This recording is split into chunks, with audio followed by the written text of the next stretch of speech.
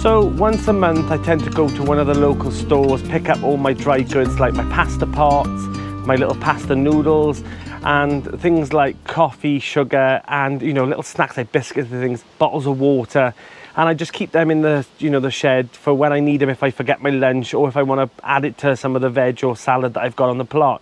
Also things like plasters, paracetamol, ibuprofen, hand cream and things like that. I make sure I've got them on you as well, so that you've always got your little stock in your shed. So I've had a bit of a sort out, and it's a shed at the end of the day. You're gonna have a mixture of things. Like, I tend to keep things in plastic containers to keep the dust off and things, but at the end of the day it's a shed, and at the end of the day it's not going to be 100% sterile like you would at home in your kitchen. But if you've got like a pasta pot and you're just boiling some water, or just like, I probably push it a little bit, but I'm happy with it. It's not messy in here and it's nice and tidy, so I'm happy to have a nice gorgeous meal. I've got boiled potatoes, fried smoked bacon, and some runner beans that I've collected from the plot, so I'm going to enjoy that now. And you cannot get any fresher than that. I mean, it literally got picked up the garden, put straight in the pot, and then it's absolutely fresh and delicious.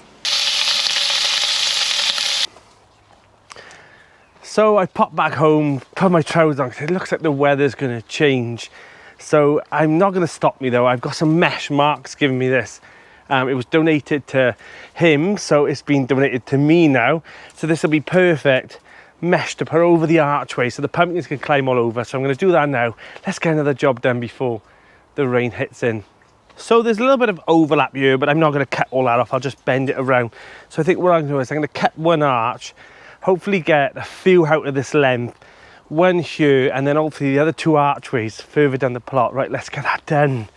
It's always a palaver now. I've got some wire as well, just in case I need to tie it in.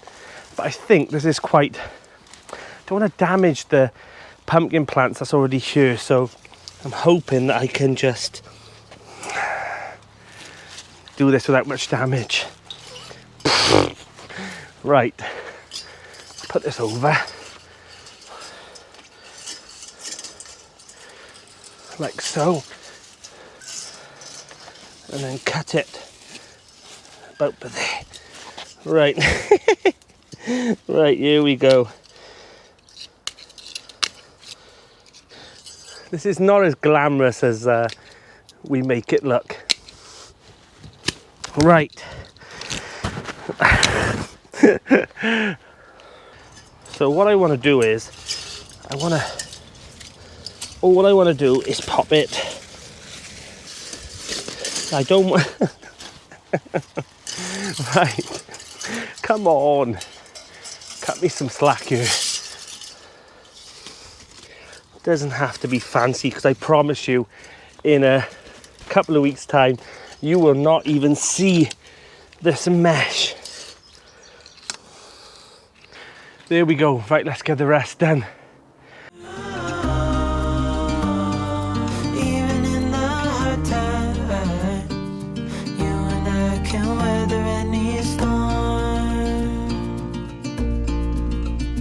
Before I sleep, hear the crickets.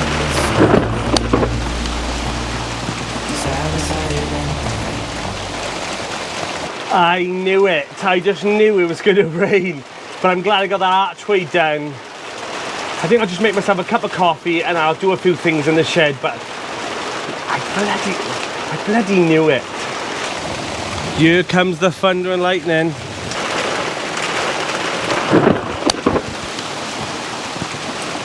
So the rain has stopped, and the issue is I've lost my plot car. I had a car accident and someone smashed into me as they come around the corner really fast, but I'm fine anyway, and they're fine. But yeah, so I luckily, the car had to be towed away and all my stuff for the plot was in the car.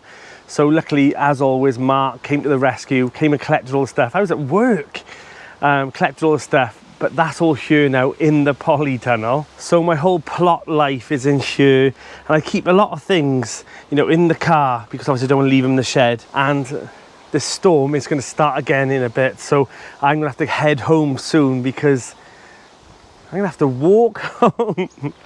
But yeah, I'm going to have to get myself a new plot car that to be towed away. So that's annoying, because I still like that old car, because It served me well, bringing things back a full year, compost and all that nonsense, but c'est la vie, goodbye plot car. So the mesh has been added to this one, and I think I've done a pretty good job considering it tipped down with rain. I will have to tie up a little bit more up here, but yeah, the pumpkins now are trained to come up here and around, and hopefully this will be full of all baby pumpkins within a month or two, fingers crossed. So the mole strikes again all through the onions. I give up, honestly. Honest to God, I replant the plants, and then the mole pushes them back up. So this is war. Yeah, ironically, you know, they never seem to pop their heads up where the weeds are. They're always where the nice sunflower is, or the nice, you know, dahlia. They've just decided, you know, all the nice things need to be pushed up from the ground. I think it's sabotage. I honestly think it's sabotage. Speaking of nice flowers though, look at this. Oh, it's a flurry of flowers. So Cheryl planted all this up a few months ago, and look, absolutely beautiful. And let me show you the fireworks dahlia. Look at this beautiful flower in here. Look at this dahlia. God, look at that. Absolutely stunning. Now, the one thing about gardening that you will quickly learn is things either die very quickly or grow very quickly, and they shoot up. You know, there's never no in between, and already the sweet peas are taking over this obelisk. I'm so happy with it. Like, honestly, it's covered it now, and it's in between the honker black dahlias and the calla lilies and everything else in between, and it's really doing well. And one of the best features I've got on the plot. I don't regret for 1 minute pouring dahlias and flowers all around this plot. A few people were like, wow, you know, there's a lot of flowers. I don't regret it at all, because on gloomy days when not much is growing, you know, how boring are, you know, seeing a cabbage. I mean, it's nice to see, you know, once or twice, but seeing new flowers pop up all through the summer, it's just like a nice surprise every time I come over. And speaking of which, this bed, considering the moles are damaged, we will not get wound up about this. I'm still loving these alliums that have now gone to seed, but how beautiful are they? There seems to be a sunflower that is growing up in between the runner beans. Now, normally I'd remove that and put it somewhere else, but I've learnt to be a bit more casual with this plot, and if something wants to grow there, let it grow there. So I checked the pond camera again today, and it appears a pigeon has fallen in the pond. So those little things, I hope it's okay, but they do make you chuckle. So at the pond area, like, the fountain's doing well. It's quite an overcast day, so it's still doing well. It's still, you know, shooting water up into the air. But I've decided to add another one. Now with this one, what I thought I'd do is I thought I'd add this pump to the pond and then run a tube all the way up and add a little mini waterfall up on one of the sides, just to give it more dimension and a, you know, a bit of a feature. But I don't want to take away from the fact that the birds use the island area, you know, where the beach area, and they're bathing in there all the time. It's so nice. I seen a robin there yesterday, and it was probably having a good little wash in there. And that's what I like to see, that they're using the pond, not just for fish or anything else. A pond can be for any wildlife. So I love the fact that they're using this pond as a bath. So the beetroot I sowed the other day, look at it already, shooting up, nice little modules. There's a few that haven't come up, but overall I'm happy with this. And then in about a couple of weeks' time, these will be planted outside. So I popped up the grapevine garden earlier on as well, and it is definitely in need of some work now. I've got a few things that I want to do down there. So while checking the pear trees, and I mean, I was hit and miss whether or not I was going to get rid of them, keep them, I noticed that there was a lot of canker all over it as well, and there is a legal requirement here for pear trees as well. However, I looked at them and they were quite cankered up, and they're so warped and bendy and stuff that I've actually taken them down. Like, and I was back and forth thinking, you know, should I keep them? But they're gone, and sometimes things need to be cut out, and as brutal as it is, I don't regret it at all. I might introduce another pear tree onto the plot or two somewhere else, but where they were always in the wrong position, and I would have kept them if they were fine. But I was tossing back and forth whether or not to keep them for a while. But when I looked at all that canker, and they were like this, the branch, you know, the stems, so they're gone. I've cut them down. End of an era.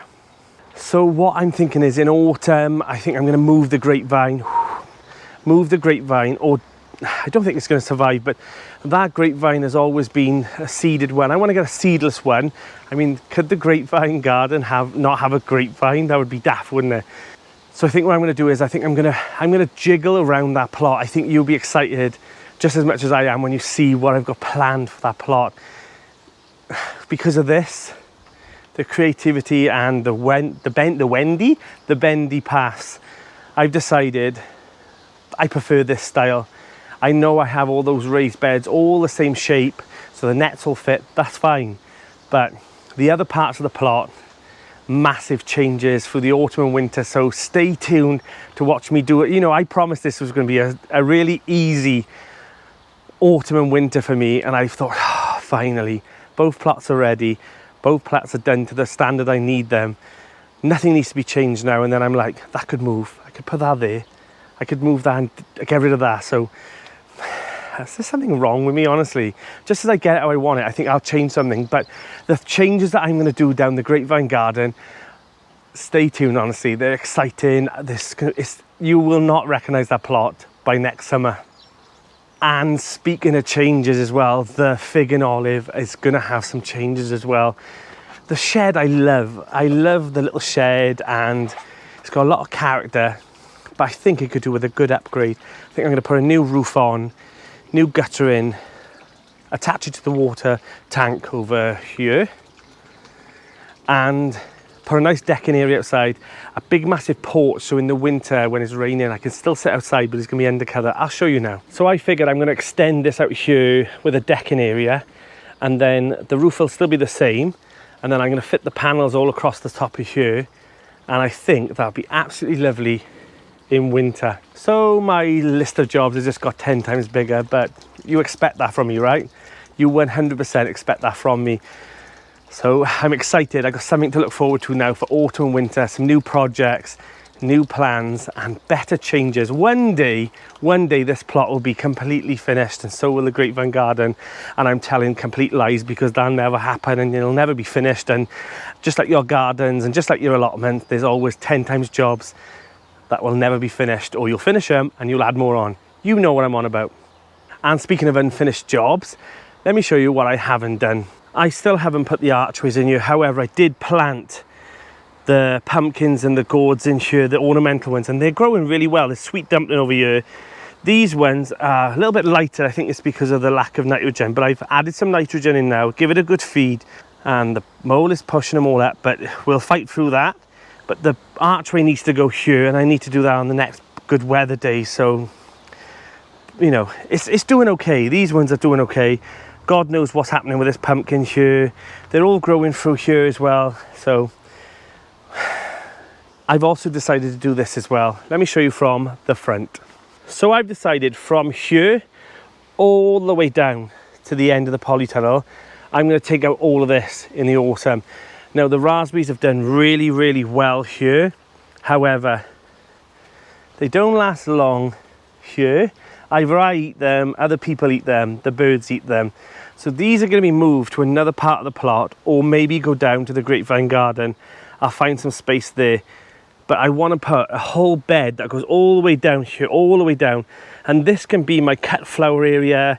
I can use this as a massive big planter going all the way down. So do you think that's a good idea? Now, it won't be all the pollinators down there. That will be for like the tulips and the sunflowers and things like that all the way down. And then I'll still have permaculture where I'll add different flowers all through the beds and stuff. And I love it. I absolutely love it. Look at this. Perfect permaculture. So we go from the nasturtiums to the marigolds to everything else. Cosmos. Look at all these flowers just dotted in between everything. And then across here, again, marigolds, sunflowers, snapdragons, everything. You name it, they're in here. Next to some celery and some beans. Now that is, I love that. I never thought I would. I never thought I'd go to a point where I don't like orderly lines of lettuce, orderly lines of cabbages and things. And I love the fact that there's flowers in between everything and looking more healthily. So yeah, so I think this type of style is going down to the grapevine garden. I'm really excited about it. So there's quite a lot of projects going up. So if you haven't already subscribed, hit that subscribe button, click the bell, like this video and help this channel along. But I promise you there's loads planned, and also some amazing products that I'm going to show you that I'm going to be using in the next couple of weeks and months that is going to boost this plot to another level. I'm Danny and this is the Grapevine Garden.